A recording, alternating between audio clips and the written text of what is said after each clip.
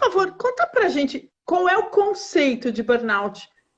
Eu acho que para a gente entender o burnout, a primeira coisa que a gente precisa é por que burnout? Em inglês, burnout significa você queimar até acabar, até apagar. Queima até o fim. Imagina que se a chama, né, do burn, ela representa a tua chama de vida, representa a tua chama de energia, de se colocar para o mundo, de produzir, de agir.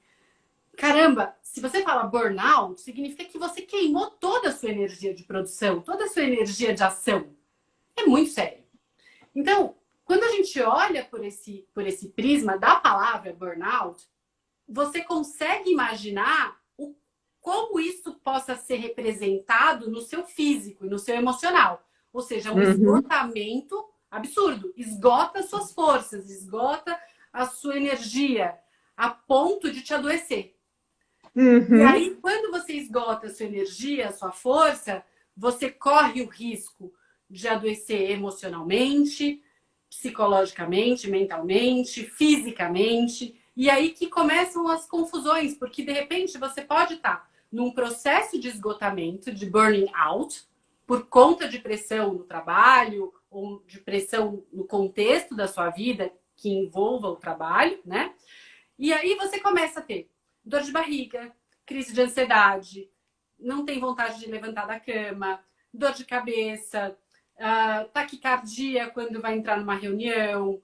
Ou seja, você começa a perceber sintomas emocionais, mentais e físicos no seu dia a dia, mas que você não necessariamente relaciona a esse estresse absurdo do esgotamento que a sua profissão, que onde você trabalha, ou que as pressões de se manter e de prosperar profissionalmente possam estar causando isso. Aí você começa a achar que você precisa fazer um check-up, que você está só com dor de estômago porque você não tem tempo de comer, né? Aí você tá com uma baita gastrite, e aí a gastrite nervosa, como é que é isso de gastrite nervosa?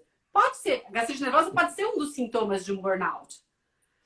Só que a gente vai identificar o burnout depois que você vê todos aquelas características de dor de cabeça, ansiedade, angústia, dor de estômago, vontade de não sair da cama, vontade de, sei lá, de, pelo amor de Deus, preciso de férias, pelo amor de Deus, sexta-feira precisa chegar, não aguento mais, não dou conta. E aí todo um processo também mental de pensamentos que começam a te colocar para baixo, que começam a fazer com que você duvide de você mesma, da sua capacidade, ou enfim. Então, quando você olha para o conjunto de sintomas e para como anda a sua relação com você mesmo e para a sua relação com o seu trabalho, é que você vai conseguir identificar se são sintomas isolados, se aonde que está morando o problema, se é na empresa, se é empresa, se é em você, se é nos dois, se é no conjunto, enfim. Aí que você vai conseguir dizer, é burnout? Não é. É só uma gastrite, ou é só uma ansiedade, ou minha crise de pânico está relacionada ao trabalho, só ao trabalho, ou ao contexto da vida. Então, por isso que burnout é difícil de diagnosticar de cara. Por isso o processo de comunicação eu entendo como muito importante, né? A educação para o trabalho. E agora, nesse momento, estava lendo uma reportagem hoje à tarde, me preparando para essa nossa conversa aqui. Assim, as mulheres em home office, com uma necessidade expressa de entregar resultado, com tantos outros papéis, né? Com todos esses papéis, como é que ela está lidando com tudo isso para não dar burnout, né? Para não queimar o melhor da sua energia. A questão do burnout, ela não é impactada só pelas exigências do trabalho, né? Do trabalho corporativo. Quando a gente fala do feminino, a gente precisa trazer essa questão da jornada dupla de trabalho, da mulher, né? Assim, eu tenho 3 filhos, então, além do trabalho, tem a questão dos filhos, tem a questão da casa, tem a questão do marido, que todas essas outras questões que tiram, entre aspas, o nosso sono e que nos preocupam, elas impactam também nesse acúmulo, né? Assim, então, se você tá tendo um problema pessoal, esse negócio de deixa o problema pessoal em casa e vai trabalhar, existe, a gente é um só, a gente pode até botar numa gavetinha ali e tentar guardar um pouquinho, mas no fim das contas, a gente é um só. E se a gente não estiver dando conta de uma área da vida, a outra área vai eventualmente ser impactada também.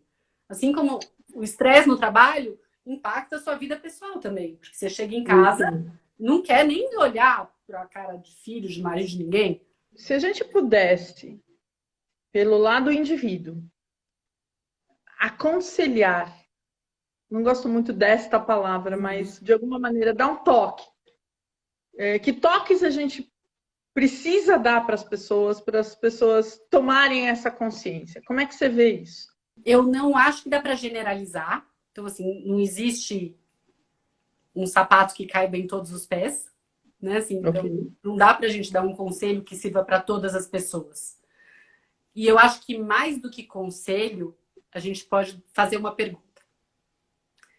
Como você está?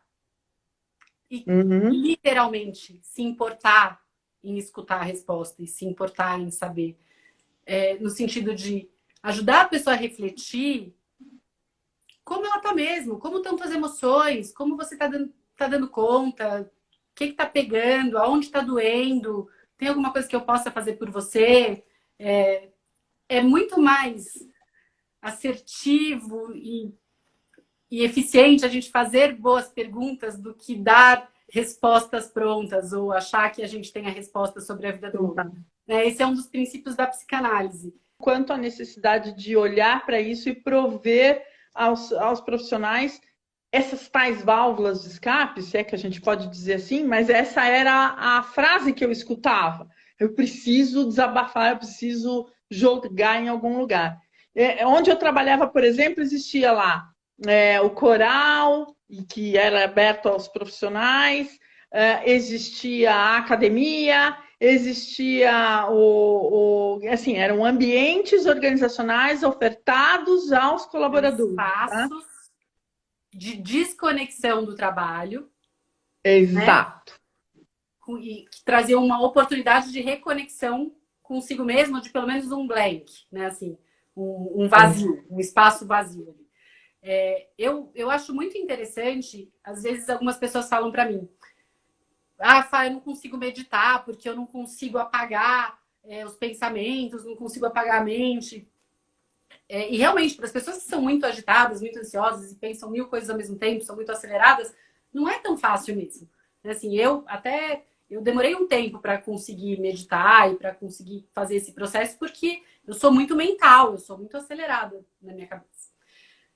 E aí, no entanto, o que você precisa é conseguir se desconectar das suas angústias, das suas ansiedades, daqueles pensamentos repetitivos que não param de te atormentar, daqueles medos que são presentes e estão o tempo todo, ou do seu perfeccionismo, que você tem que estar pensando, mas o que eu vou fazer daqui a pouco? Eu preciso ainda ir no supermercado, ainda ver isso, ainda ver aquilo, ainda mandar um e-mail para aquele cliente. É disso que você precisa se desconectar. E a meditação é maravilhosa para isso, não tem a menor dúvida, acho incrível.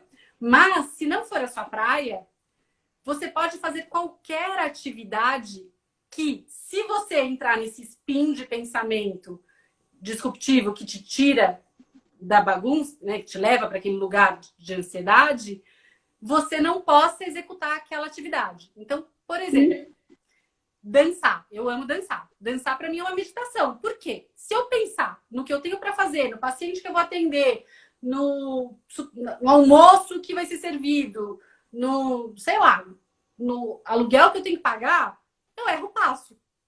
Eu tropeço, eu não sigo a coreografia. Não tem condição. Então, qualquer atividade que faça com que você saia daquele lugar, ela tenha talvez quase o mesmo efeito que uma meditação.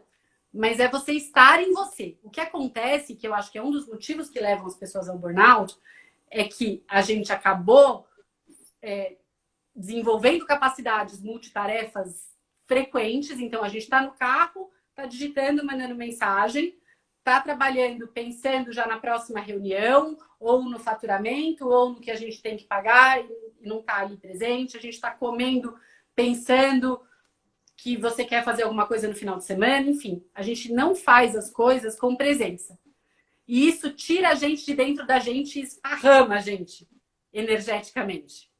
E aí a gente se perde.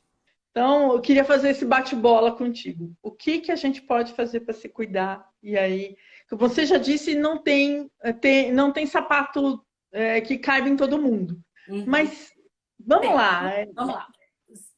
Em que grau você está? Né? Se a gente for olhar nessa escala de burnout, aonde você está? Você está um pouco exausto, você está meio exausto, você está muito exausto. Né? Assim, ou não estou exausto de forma alguma, eu só estou curioso. Então, se você estiver só curioso, ou se você estiver no início dessa sensação de exaustão, eu vou falar, não deixe de prestar atenção em você. Preste atenção nos seus sentimentos, nas suas emoções, nos seus pensamentos, na sua disposição para a vida, na sua disposição para o trabalho, no quanto você está aberto e confiante de que você não tem controle de tudo, ninguém tem, mas que você está fazendo tudo o que você pode pelo melhor para todos os envolvidos, que você está fazendo tudo o que você pode por você. Então, assim, fazer essa autoavaliação, essa autorreflexão, o quanto os ambientes onde você circula são saudáveis ou são tóxicos, o quanto você tem imposto limites saudáveis nas suas relações. Essas são questões que te ajudam a balizar o quanto você precisa procurar ajuda hoje, amanhã, ou talvez nunca. Entendeu? Assim, o quanto está emergente essa necessidade de buscar ajuda ou não. Porque se você não olhar para você amorosamente, generosamente, sem medo do que você vai encontrar, né, com clareza, você não vai saber o quanto você precisa de ajuda, o quanto você precisa buscar. E, ao mesmo tempo, né, assim, se não for o caso de buscar uma ajuda hoje, você manter uma qualidade de vida e de bem-estar proativa, não reativa e nem passiva. Você promover o bem-estar na sua vida, você alimentar a sua alma com as coisas que alimentam a sua alma, que tem a ver com você. Então, eu alimento a minha alma dançando, amando, abraçando, atendendo meus pacientes que eu amo, compartilhando os meus conhecimentos aqui com vocês. Essas coisas alimentam a minha alma e a sua. Você tem feito as coisas que alimentam a sua alma?